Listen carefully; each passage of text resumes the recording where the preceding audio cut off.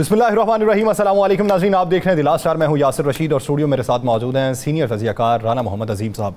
नाज़रीन, पाकिस्तान तहरीक इंसाफ का लॉन्ग मार्च, क्या हुकूमत पे कोई प्रेशर बना? इब्तदाई तौर पे जो इतलात आई कि हुकूमत ने 11 रुकनी कमेटी तश्कील दी, फिर उसमें इजाफा कर दिया गया और कमेटी को 13 रुकनी कर दिया गया, और फिर पाकिस्तान तहरीक इंसाफ की तरफ से जवाब आया कि हम इनके साथ कोई मुज़ाकरात नहीं करेंगे, कि जो हमें धमकियाँ देते हैं कि आप आएँ तो आपका इस्तकबाल शानदार किया जाएगा, आपके लिए नफरी भी मौजूद है, आपके लिए आंसू गैस की शेल भी बुला लिए गए, तो हम इनके साथ मुज़ाकरात नहीं करेंगे।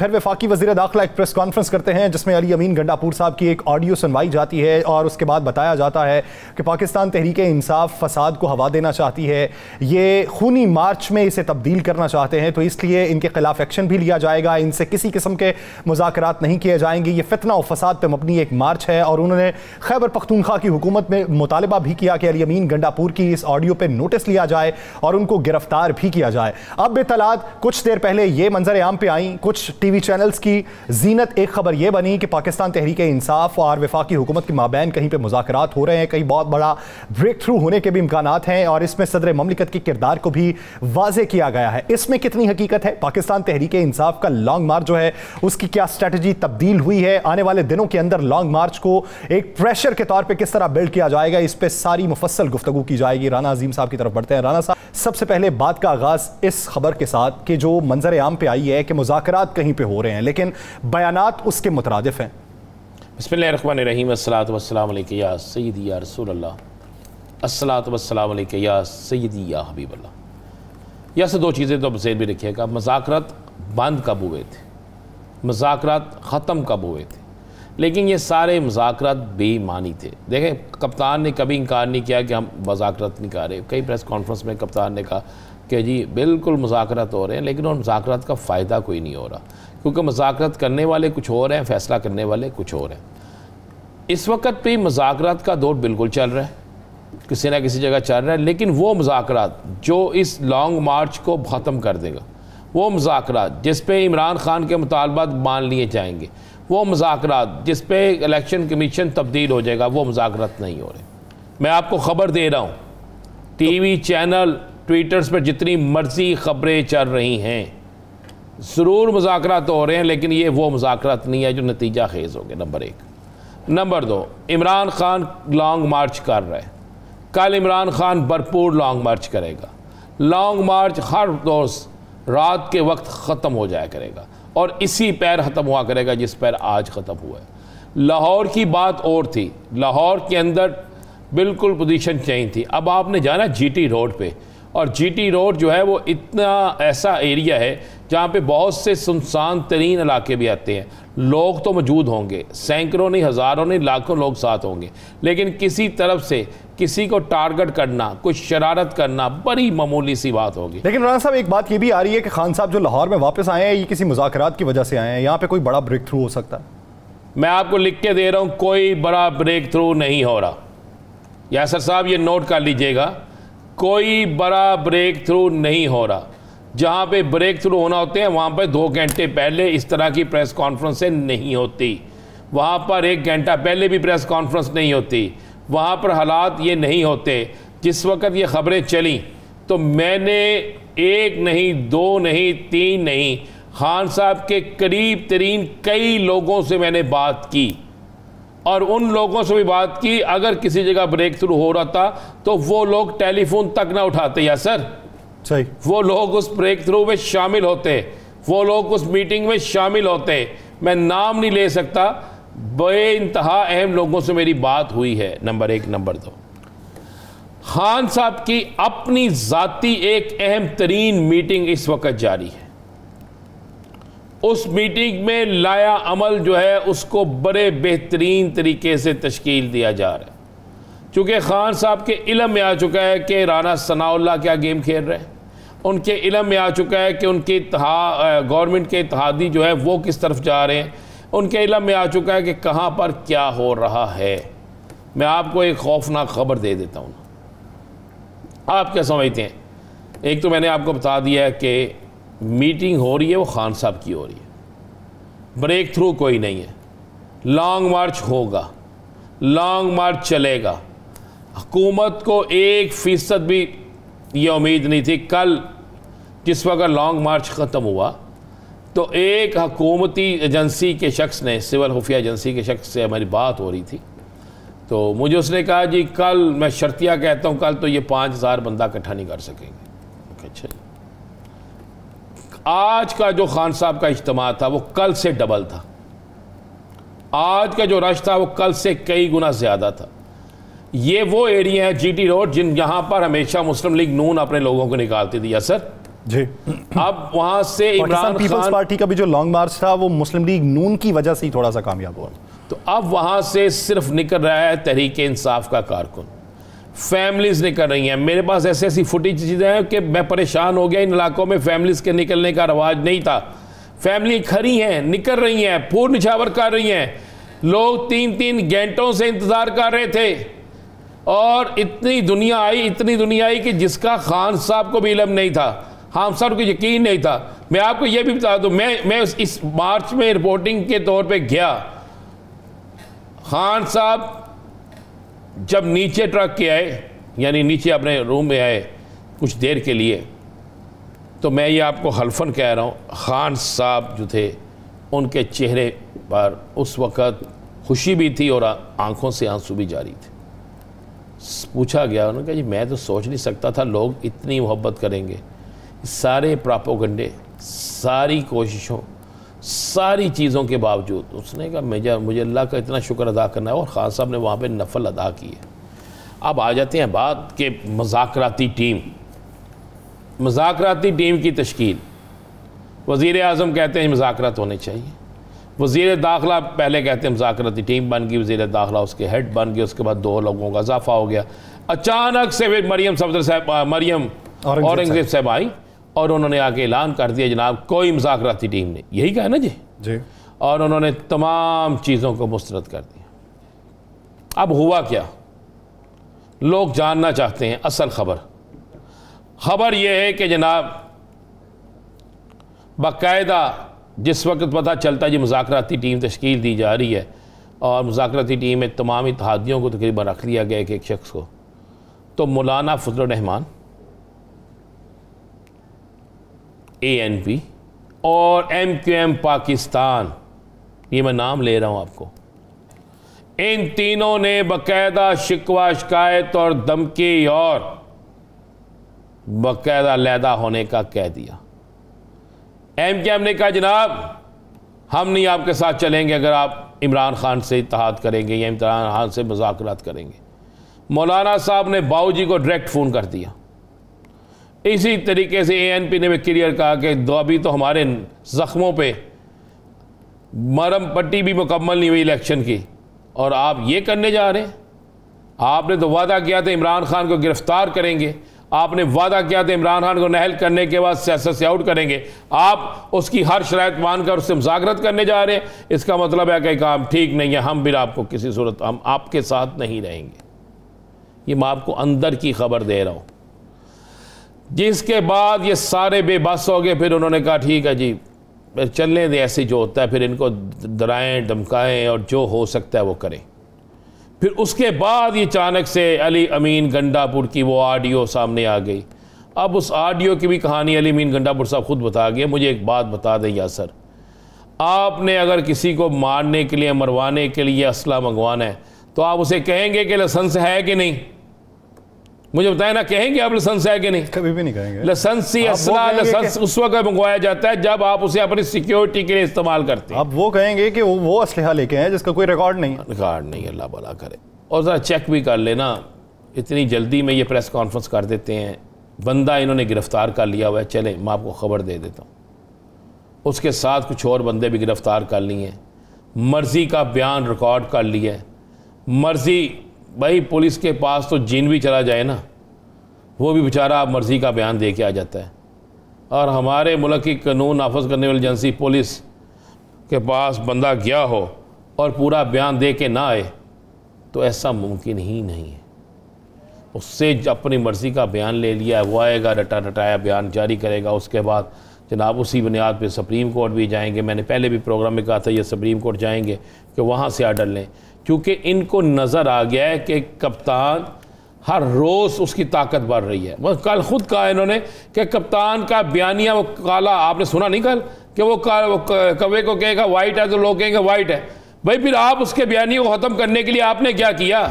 आपके पास कोई कुंजी नहीं थी, आपकी नाअहली की वजह से फिर उसको अहल हुआ ना।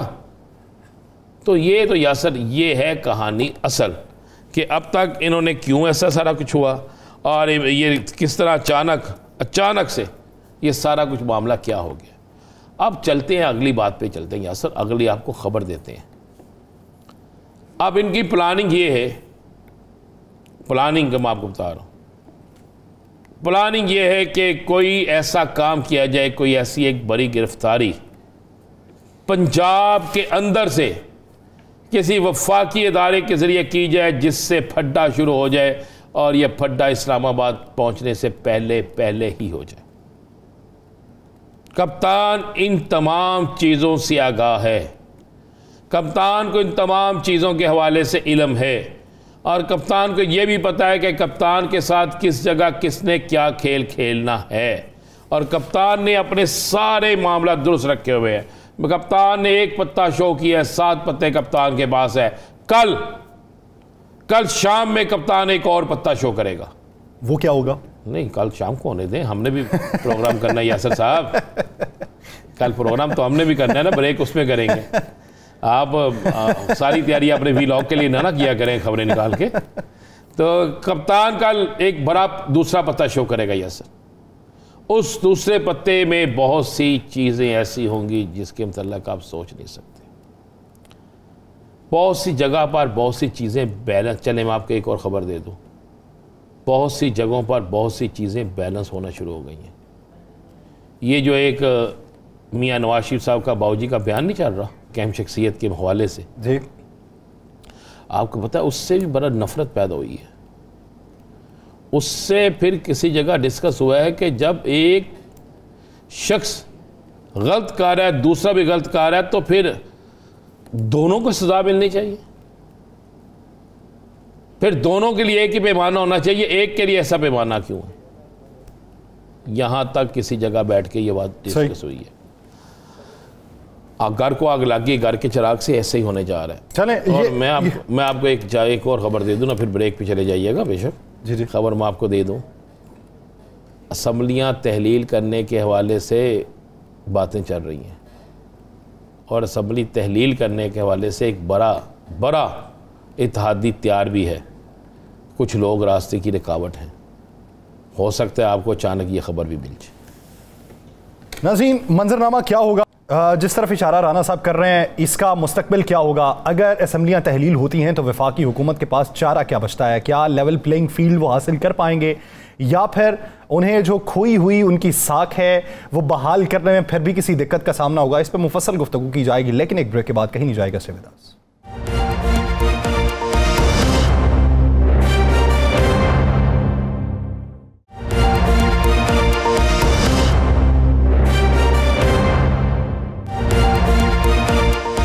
ब्रेक के बाद खुश आमदीद। नाज़रीन, पाकिस्तान तहरीक इंसाफ की अब तक की जो हिकमत अमली हमें दिखाई देती है उसके मुताबिक तो जिस तरीके से कारकुनान को यही इशारा दिया जा रहा है कि आपने सुस्ताना भी नहीं है, आपने ताज़ा दम भी रहना है, टोलियों की शक्ल में निकलना भी है और फिर जब इस्लामाबाद का रुख करना है तो ताज़ा दम होकर करना है। उसकी हिकमत अमली बड़ी मुनज़्ज़म अभी तक दिखाई दे रही है, लेकिन क्या वफाकी हुकूमत पर प्रेशर पड़ रहा है? मुज़ाकरात की जो खबरें उसमें क्या सदाकत है? इसी बारे में बात करेंगे। पाकिस्तान तहरीक इंसाफ के सीनियर रहनुमा उमर सरफराज चीमा साहब ने हमें ज्वाइन किया है। चीमा साहब, बहुत मशकूर है आपके वक्त के। चीमा साहब, अब तक की जो मेन खबर चल रही है, मीडिया की जीनत बनी हुई है, वो यही है कि पाकिस्तान तहरीक इंसाफ के शायद मुज़ाकरात हो रहे हैं हुकूमत के साथ और इसी वजह से खान साहब लाहौर में वापस पहुंचे हैं।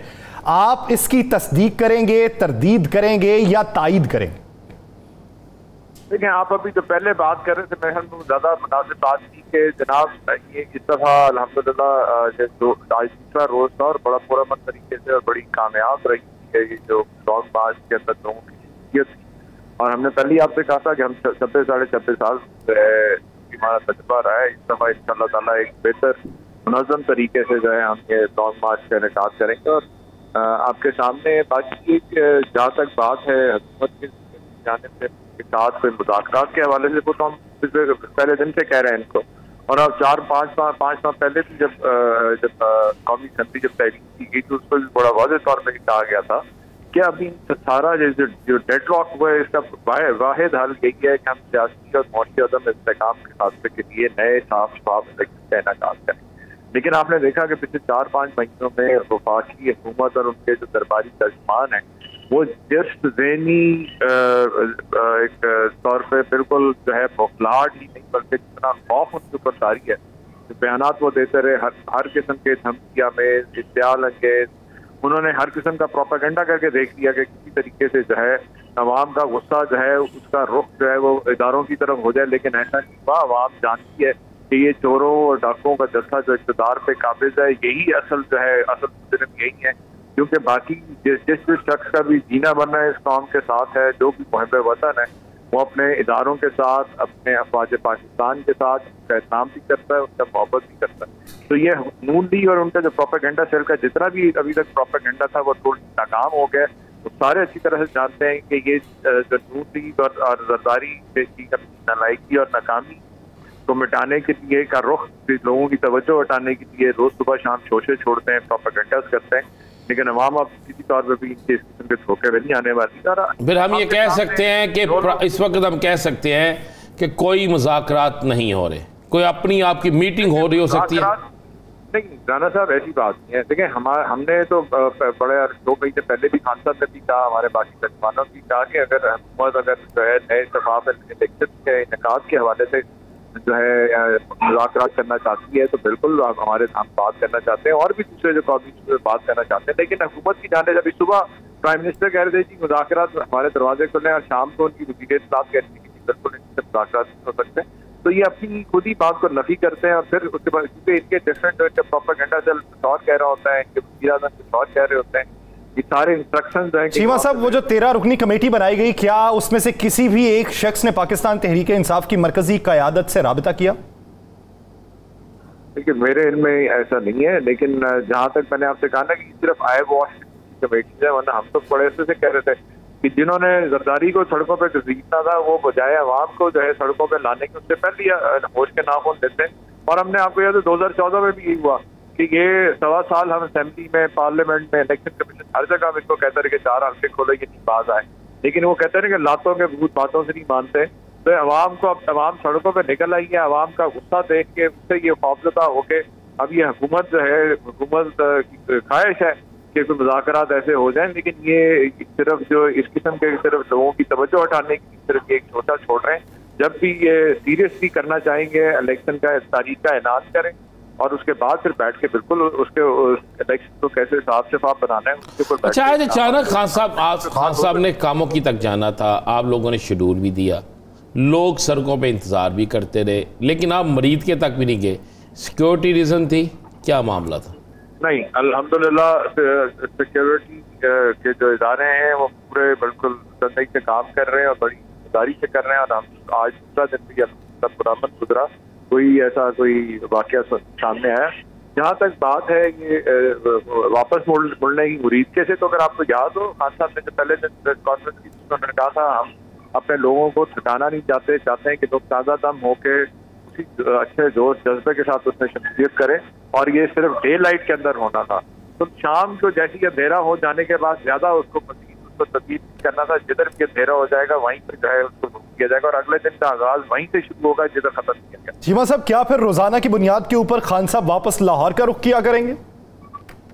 नहीं, ऐसा हरगिज़ नहीं है, क्योंकि आज बिल्कुल वो मुरीद के तो आपको पता है बिल्कुल साथ ही लाहौर के था, और इंशाअल्लाह ताला जूं ये आगे बढ़ेगी फिर पड़ाव वही उसके मुताबिक प्रोग्राम होगा मुताबिक।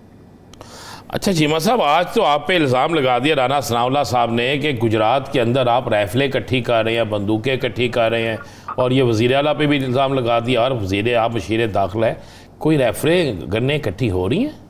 राना साहब कहते हैं उनके पास इंफॉर्मेशन है। ये जो एक मॉडल टाउन के कातिल और एक किराए के गुंडे को इन्होंने इंटीरियर मिनिस्टर जैसे मुद्दे पे बिठा दिया है, वो आपको पता है पिछले 2 महीने से इसी किस्म के बयानात दे के वहाँ पे कुछ 400-500 जो कंटेनर उन्होंने इस्लामाबाद में लगाया हुआ है, जो कौम का करोड़ों रुपया रोज का जो पानी की तरह बहाया जा रहा है, तो उसने वो सिर्फ जस्टिफाई करने के लिए, आपको भी पता है तरीके इंसाफ की तमाम खानसा से लेके हर क्यादत में, और आप कोई एक शख्स की इजाजत नहीं है कोई असला डंडा या कोई ऐसी चीज लेके वहाँ पे आए। वहाँ फैमिलीज आ रही हैं, हमारी अपनी फैमिली कुछ लॉन्ग मार्च में शामिल है। 2 दिन से आपके सामने पूरे मीडिया ने भी दिखाया। और ये जो कहते हैं कि ये लॉन्ग मार्चेस में लोग नहीं आ रहे, तो फिर दिखाते क्यों नहीं मीडिया के ऊपर? तो खौफ किस चीज का है? मीडिया के ऊपर जो पाबंदियां लगाई जा रही हैं, मीडिया को जो प्रेशराइज किया जा रहा है लॉन्ग मार्च ना दिखाने का, यही तो खौफ है जो आपके सामने कि कोई अवामी मसाइल पे बात नहीं हो रही, कोई अवाम की पॉलिसी पे बात नहीं हो रही, और ना ही कोई सियासी और मुआशी अदम इस्तेकाम के खात्मे के लिए कोई इन्होंने फार्मूला दिया हो, वो भी नहीं है इनके पास। और ये 13 जमातों का वो जत्था है जो पिछले 40-50 साल से मुल्क को जो है जड़ों को खोखला कर रहा है और इसको लूट के खा रहा है। चीमा साहब, अली अमीन गंडापुर साहब पे एक इल्ज़ाम लगाया गया, फिर ये भी मौक़िफ़ अपनाया गया कि खूनी मार्च में तब्दील करने की तैयारी आपकी है, वफाकी हुकूमत की नहीं। उसका आप जवाब किस तरीके से देंगे? मैं इसकी पुरजोर मजम्मत करूंगा। इसमें कोई सच्चाई नहीं है। ये नून लीग का प्रोपेगेंडा चल की कट एंड पेस्ट आपके सामने, ये तो प्रोपेगेंडा मशीन है इनकी अपनी, और ये इस किस्म की कॉन्कॉक्टेड और ये कट एंड पेस्ट किस्म की ऑडियो लीक पहले भी आपको पता है, चंद दिन पहले इन्होंने इदारों को बदनाम करने की गाजी प्राइम मिनिस्टर हाउस से सारी ऑडियो लीक जारी है, उसके बाद फिर खुद ही जो है इनको अपने हाथ पैरों इनके भूल गए और ये उसे भाग गए। करवाते ना उसकी प्रॉपर जिम्मेदारी, तो पता चलता कि इसमें कौन इनके पीछे। वज़ीर आज़म का अपना जो मीडिया कोऑर्डिनेटर है वो खुद ट्वीट करके तो वो खुद जो ऑडियो लीक जो है रिलीज कर रहा था, तो इनके अपने लोग उसमें इन्वॉल्व थे। अभी भी जो है आप देखेंगे कि इसमें कोई जब इसका फोरेंसिक हो या चीजें सामने आएंगी, ये सिर्फ जो है एक बहाना बना रहा है। ये शख्स अपनी जो है नालायकी को छुपाने के लिए और जो करोड़ों रुपए की इसने करप्शन की है कंटेनर्स के नाम पे और बाकी जो है, हालांकि बार बार इमरान खान और नबी कह रहे हैं, तरीक इंसाफ कह रही है कि भाई हम पुरअमन लोग हैं, हम पुरअमन तरीके से अपना आईनी हक इस्तेमाल करना चाहते हैं। अगर हमने डंडे और बंदूकें लेके आनी थी तो हम अदालत के पास जाते हैं, डीसी से जाके इजाजत मांगते हैं। जिन्होंने डंडे बंदूकें लेके आनी होती है वो इजाजतें नहीं मांगा करते। चीमा साहब, अगर कल या परसों में ये कुछ लोगों को मीडिया के सामने ले आए, कुछ असले को सामने ले आए और उन्होंने ये कहा कि हमें ये अली अमीन गंडापुर ने कहा था, मेरे पास इतला यह है कि कुछ लोगों को इन्होंने पकड़ा है, वो ये खुद पकड़ा है या इन्होंने मैनेज किया है, जो भी आप समझ लें, तो फिर उस सूरत हाल का क्या? भाई ऐसे देखें ना, अभी एक दो दिन पहले भी एक साबिक सेनेटर को इन्होंने टीवी उठा के प्रेस कॉन्फ्रेंस कराई है, उसके बाद बाकी भी इनकी तो डेस्परेशन है, ये खौफ है कि ये इस किस्म की अहमकाना हरकतें कर रहे हैं। मुझे ये बताएं कि हम बार बार कह रहे हैं कि हमारे यहाँ कोई ऐसा ना कोई प्लान है, हमने हमेशा पुरअमन तरीके से बातचीत की है। ये सिर्फ जो है अपनी चोरी और नालायकी और नाअहली को छुपाने के लिए इसका प्रोपेगेंडा किया जा रहा है कि एक तरफ कहते हैं कि हमने बैठ के मुज़ाकरात करने, दूसरी तरफ हमारे वर्कर्स को इस्लामाबाद में वर्कर्स और लीडर्स को पकड़ा भी जा रहा है, धौंस भी की जा रही है, नाजायज झूठे पर्चे भी किए जा रहे हैं। और ये मैंने आपसे कहा ना कि ये सिर्फ जत्था इस वक्त की जो है ज़हनी तौर पर मौजूद होते रहेंगे। चीमा साहब, जिस तरह इधर पंजाब के अंदर लॉन्ग मार्च में बड़ी शिद्दत आ रही है, तो खैबर पख्तूनख्वा की सूरत हाल इसके बरक्स क्यों दिखाई देती है? वहाँ पे हिकमत अमली मुख्तलिफ है? नहीं, ऐसी बात नहीं। अगर आपने फिर वही बात है जो आपने खान साहब से पहला प्रेस कॉन्फ्रेंस में ऐलान किया था, उसमें उन्होंने बाकायदा प्रोग्राम किया था कि हम पहले जो है जुमेरात की शाम तक जो है ये इस्लामाबाद पहुँचने का टारगेट है, और उसके बाद फिर वहाँ पे सारा जो है केपी से पूरे पाकिस्तान से हम देखेंगे कि काफले वहाँ पहुँचे। चीमा साहब, आपको क्या नज़र आ रहा है कि इस्लामाबाद पहुंचने से पहले मामला हल हो जाएंगे? मैं तो यही मशवरा दूंगा इन अकल के अंधों को जो इंतजार में बैठे हैं कि बजाय इससे कि पहले ज़्यादा कोई देर हो जाए या कोई और जो है मज़ीद अहमकाना हरकतें करें, इससे बेहतर ये है कि आप जो है जमहूरियत को मजबूत करें और इलेक्शन का रास्ता लें, और इससे जमहूरियत भी बचेगी और मुल्क में सियासी और मौसी इस्तेकाम जो है तो भी खत्म किया जा सकेगा। चीमा साहब, अब की बार स्ट्रेटजी मुख्तलिफ क्या है? आपके साथ फैमिलीज भी मौजूद हैं, आप मार्च भी कर रहे हैं, धरना भी देंगे। अगर वो वहाँ पे सिक्योरिटी का इस्तेमाल करते हैं, इतलात यही हैं कि सिंध पुलिस की भी एक भारी नफरी इस्लामाबाद में पहुँच गई है, तो वहाँ पे आपको रोकने की कोशिश की जाती है, तो रिटेलिएशन किस तरह की होगी? जाहिर है अब आपके सामने हमने अदालत में दरखास्त दी भी है, अदालत हमें अगर इजाजत दे देगी तो फिर ही हम एंटर करेंगे, और वो अगर हमें एंटर करने पर रोका गया तो आईन कानून की खिलाफवर्जी करेगा तो फिर अपने हालात का जिम्मेदार वो खुद होगा। तो चीमा साहब, एक आखिरी सवाल, आप क्या समझते हैं कि पाकिस्तान तहरीके इंसाफ अपने जितने भी मुतालिबात लेके निकली है उनमें से कुछ मुतालिबात की शराइत के ऊपर आपको मुज़ाकरात की मेज पे आने की दावत दी जाती है तो क्या जाएंगे? भाई हमारा तो मुतालबा ही एक है, सिर्फ और सिर्फ एक मुतालबा है, और वो क्या है? हम नहीं कह रहे कि हमें हुकूमत दे दो, इमरान खान को कुर्सी पे बिठा दो। हम तो कह रहे हैं साफ और शफाफ इलेक्शन, अवाम को फैसला करने दो कि अवाम क्या चाहते। चीमा साहब, एक आखिरी सवाल मेरा भी, क्या वज़ीर आला पंजाब गुजरात में आप लोगों का इस्तकबाल करेंगे? इंशाअल्लाह ताला आप देखेंगे, काफी की क़यादत से पहले जो है ऐलान भी किया है, और इंशाअल्लाह वो हमारे साथ हैं, हमारे बड़े पुराने और बात हमारे साथ। पाकिस्तान तहरीक इंसाफ यानी अपनी हिकमत अमली के तहत आगे बढ़ती रहेगी, और पाकिस्तान मुस्लिम लीग काफ जो है वो शानदार इस्तकबाल गुजरात में भी करेगी, और पाकिस्तान तहरीक इंसाफ का एक ही ऑप्शन है कि नए और शफाफ इंतखाबात होने चाहिए। बहुत शुक्रिया उमर सरफराज चीमा साहब इस हवाले से अपना वक्त देने के लिए। नाज़रीन, दीगर इश्यूज़ पे बात करेंगे एक शॉर्ट ब्रेक के बाद, कहीं नहीं जाएगा स्टे विद अस।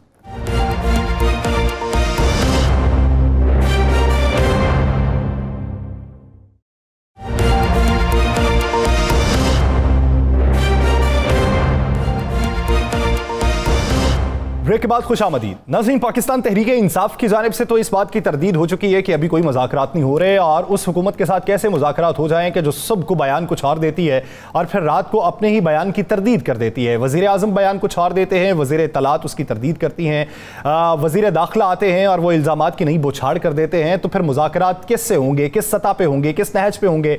हमारा मुतालबा ये है कि साफ़ और शफाफ इंतखाबात होने चाहिए, और साफ़ और शफाफ इंतखाबात के लिए अगर आप हमें बुलाएंगे तो मुज़ाकरात की मेज़ पर भी आएंगे। तो इस वक्त वफाकी हुकूमत किस सोच विचार में, इसी पे बात करेंगे। जमीयत उलमा इस्लाम फे के सीनियर रहनुमा सेनेटर कामरान मुर्तज़ा साहब ने हमें ज्वाइन किया है।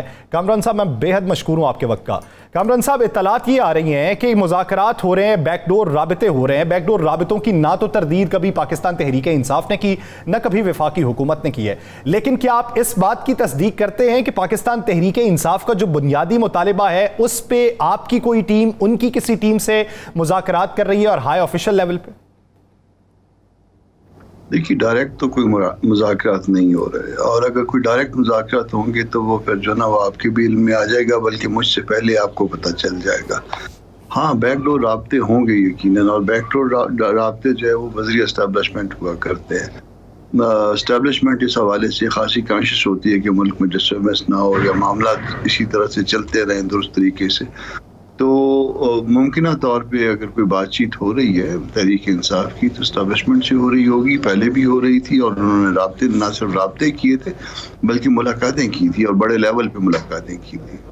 और इसी तरह ज़ाहिर एस्टेब्लिशमेंट जो कि गवर्नमेंट के साथ होती है, गवर्नमेंट की एस्टेब्लिशमेंट होती है, तो वो जो है वो फिर कन्वे भी होता होगा सारा कुछ प्राइम मिनिस्टर साहब को या बाकी रेलेवेंट मिनिस्ट्रीज को, और फिर उस कन्वे होने के नतीजे में अगर कोई बात बनती है फेयर इलेक्शन की। देखिए, फेयर इलेक्शन बात अब सिर्फ इतनी सारी है कि इलेक्शन 4 महीने पहले होंगे या 4 महीने बाद होंगे, इससे कोई फर्क नहीं पड़ता। इस वक्त ये इररिलेवेंट है। मैं अगर पीटीआई की तरफ से कोई अगर कोई बात करने का मजाज होता तो मैं कहता कि जी 4 महीने बाद करा लीजिए, मगर फेयर होने का ये गारंटी होनी चाहिए। तो ये गारंटी जो है वो सबको मिलनी चाहिए कि फेयर इलेक्शन, बाकी 2-4 महीने आगे पीछे होने से कोई फर्क नहीं पड़ेगा। जमीयत उलमा इस्लाम जो है इस वक्त वो क्या चाहती है, उसका मौक़िफ़ क्या है कि मौजूदा जो तनाव है बहुत ज़्यादा शिद्दत इख्तियार कर गया है, इसका हल क्या ढूंढते आप? देखिए, पॉलिटिशियन जो भी हो, उसमें जमीयत उलमा इस्लाम हो या कोई और पॉलिटिकल पार्टी हो, वो मुज़ाकरात पे यकीन, बातचीत पे यकीन रखते हैं। मासवा इमरान खान साहब के कि उन्होंने अपने दौर में हाथ मिलाने से भी लोगों से इनकार किया। कभी पॉलिटिशियन जो है ना वो हाथ मिलाने से इनकार नहीं करता, कभी जो है वो बात करने से इनकार नहीं करता, और बात के नतीजे में जो है वो मुल्क के लिए कोई बेहतर सूरत हाल पैदा होती है। तो जमीयत भी यही चाहती है, ये हमारा मुल्क है, हमारा वतन है, और हम इसके लिए बेहतरी चाहते हैं इन एनी केस।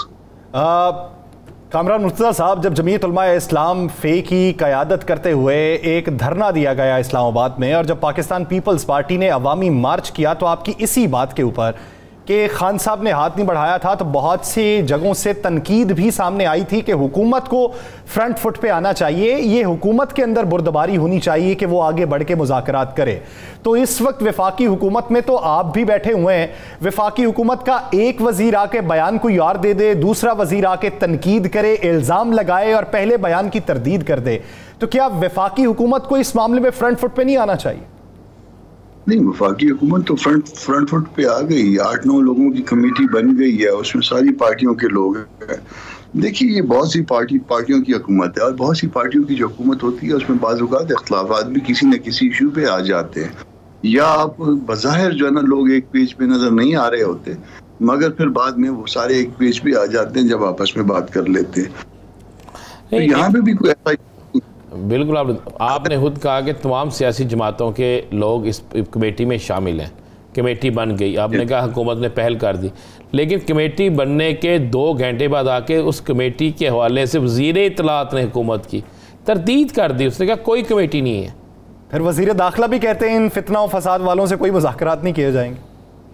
नहीं, ये तो मेरी इत्तला के मुताबिक ये प्राइम मिनिस्टर की तरफ से जारी हुआ था, और उसमें जो है ना हमारी तरफ से असद मामूद थे, और अगर उसके बाद इन्होंने तरदीद कर दिया तो ये बात मेरे इल्म में नहीं है, मगर ये अगर तरदीद की गई है तो प्रेस कॉन्फ्रेंस की है, बकायदा प्रेस कॉन्फ्रेंस में कहा है। मुनासिब है इस हवाले से, दो हवालों से गैर मुनासिब है। एक तो प्राइम मिनिस्टर की तरफ से अगर कोई ऑफर आ जाए तो वजीर मजाज नहीं हुआ करता कि वो उसको जो है ना उसकी कंट्राडिक्शन करे, उसको कॉन्ट्राडिक्ट करे। और दूसरी बात ये कि अगर बातचीत की कोई ऑफर है तो वो हुकूमत पहल कर ले, कोई इसमें हर्ज नहीं है, इससे कोई नाक छोटा नहीं हो जाएगा। इस हाथ बढ़ाने से जो है ना वो पाकिस्तान का अगर फ़ायदा हो और हम अगर छोटे हो भी जाएं तो हमें कोई इसमें प्रॉब्लम नहीं है। जिस तरह कामरान मुर्तज़ा साहब आपने कहा था कि मुल्की मईशत में बेहतरी लाने के लिए हमें मुश्किल फ़ैसले करना पड़े, और वो मुश्किल फ़ैसलों ने हमें सियासी तौर पर भी कहीं ना कहीं पे अवाम की मकबूलियत से दूर भेजा है, तो आप क्या समझते हैं कि इस मुआशी सूरत हाल और फिर ये मौक़िफ़ अपनाना कि बीजिंग में जो बड़ी एक मीटिंग होने जा रही है वो भी सबूताज हो सकती है इस पूरी हरारकी की वजह से, तो वफाकी हुकूमत क्या बैकफिट पे जाएगी? क्या फिर से किसी नई डेट का ऐलान किया जाएगा? कोई लेवल प्लेइंग फील्ड दोनों तरफ बनाई जाएगी? देखिए, आपने देखा कि सऊदी अरब से जब प्राइम मिनिस्टर आए हैं तो तकरीबन $12 बिलियन का जो ना वो पैकेज आ रहा है, रिफाइनरी लगाना चाह रहे हैं सऊदीज़, और इसके साथ मजीद भी कुछ जो है ना किसी न किसी हवाले से जो है ना सहूलतें मिली हैं पाकिस्तान को सऊदीज़ की तरफ से।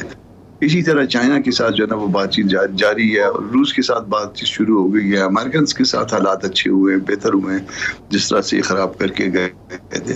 तो इन सब बातों को जो है ना इसको अप्रिशिएट करना चाहिए, और अगर कोई मामला बेहतरी की तरफ चल पड़े तो अगर 4 महीने बाद भी अगर ये पीडीएम और बाकी हुकूमत का जो हिस्से हैं वो अगर वो इस पे इंसिस्ट भी करते हैं कि 4 महीने बाद इलेक्शन हो जाए, तो मेरा ख्याल है ये नुकसान का सौदा नहीं है। सिर्फ इसरार इस बात पे होना चाहिए किसी भी पार्टी का, इंक्लूडिंग हम लोग, कि इलेक्शन फेयर और फ्री हो। आपने बड़ी अच्छी बात की कि 4 महीने बाद भी अगर इलेक्शन हो जाए, 4 महीने एक बड़ा वक्त होता है, कोई ऐसा मसला, तो फिर इसमें रुकावट क्या? ये तो आज उसने भी कह दिया, फवाद चौधरी ने भी कहा कि हम तैयार हैं जी, फरवरी मार्च अप्रैल में इलेक्शन भी हो जाए, 4 महीने से ज़्यादा टाइम बन जाता है, तो फिर इसमें प्रॉब्लम क्या? फिर मैं और बात कर रहा हूँ, वो तो अप्रैल तक कह रहे हैं ना, और ज़्यादा से ज़्यादा अप्रैल की में और 4+ करें तो फिर क्या होगा? अगस्त आ जाएगा, इससे आगे तो नहीं जा सकते। तो अप्रैल तक आप कह रहे हैं, अगस्त में वो कह रहे हैं, दरमियान में भी आया जा सकता है, 6-7वें महीने में भी आया जा सकता है कि जी बजट के फौरन बाद जो है ना वो असेंबलियां डिसॉल्व हो जाए, तो इसमें क्या प्रॉब्लम? मुल्क को क्या नुकसान होगा? बहुत अच्छी किसी पार्टी नहीं, बहुत अच्छी बात है। तो इस पे क्यों नहीं बैठा जाता? इस पे शुरू क्यों नहीं किया जाता?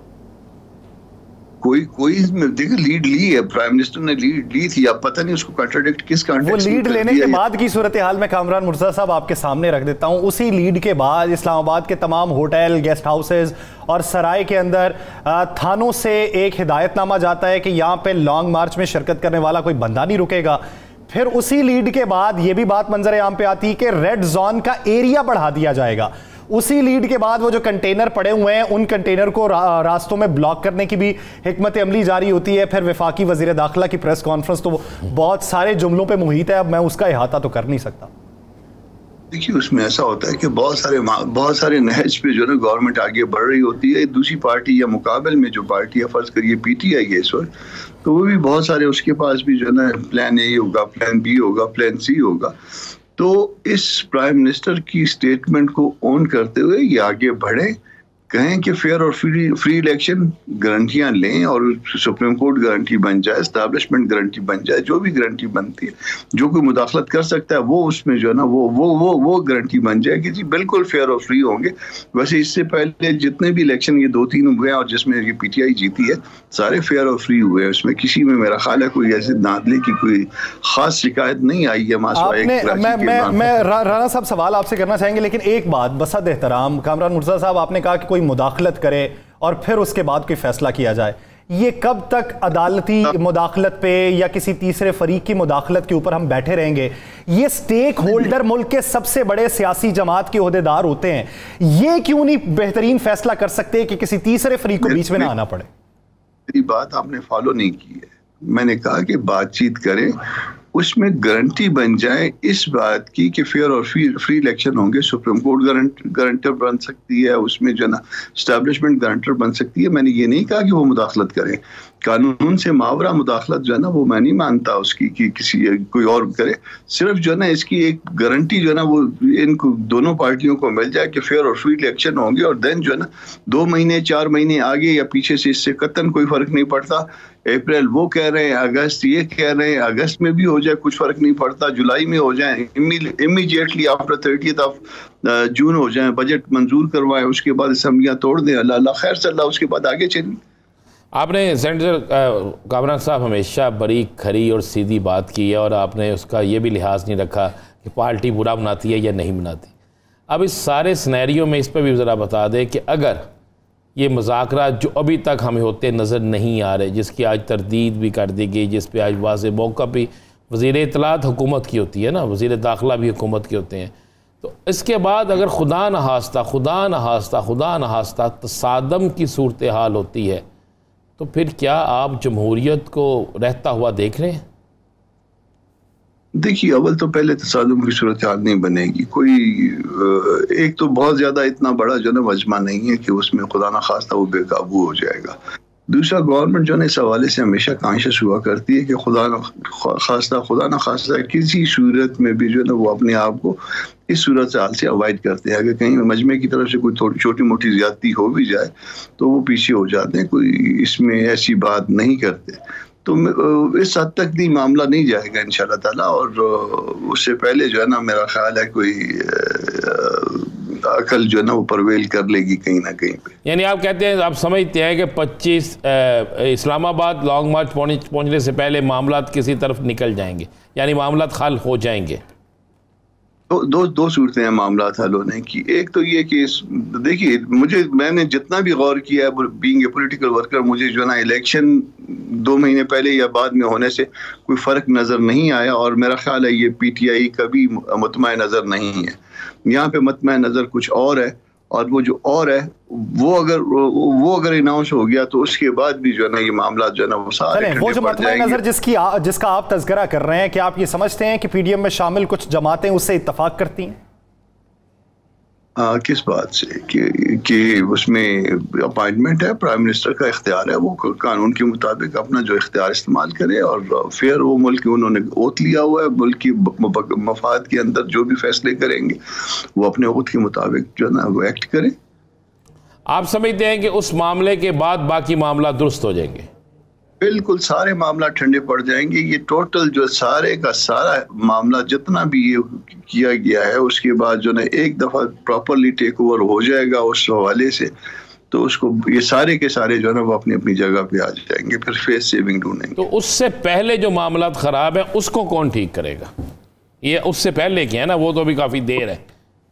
दो बातों से मामला ठीक हो सकते हैं। एक तो ये कि अपॉइंटमेंट हो जाए, भले बिफोर टाइम हो जाए, हफ्ता 10 दिन पहले हो जाए, कोई फर्क नहीं पड़ता, तो भी ठीक हो जाएगा मामला। और दूसरी बात ये है कि फिर बातचीत कर लें और उनको समझा दिया जाए कि ये जो मामला इस वक्त जो दस्तूर कह रहा है उसके मुताबिक चलें, और आप फेयर और फ्री इलेक्शन की जमानत ले लें, जिससे भी आप लेना चाहते हैं और लेके और उसके बाद फिर आगे चलिए, वो भी फेस सेविंग मिल जाएगी। भले उसको जो है ना वो 30 जून के इमीडिएटली बाद ले आए इलेक्शन गवर्नमेंट के तोड़े जाने को, तो अगस्त या अगर 30 जून के बाद आ जाएगी, बजट आ जाएगा, एक रिक्वायरमेंट जो दस्तूरी रिक्वायरमेंट है पूरी हो जाएगी असेंबली से पास कराने की, तो मामला ठीक चलेंगे आगे। यानी एक तरफ से जो टाइम फ्रेम दिया जा रहा है और दूसरी तरफ से जो टाइम फ्रेम है उसके दरमियानी रास्ता भी निकाला जा सकता है, उसके लिए कोशिश हो भी सकती है। किसी बड़े तसादुम को आप होता नहीं देख रहे, उससे पहले ही मामलात को क्लियर होता आप देख रहे हैं।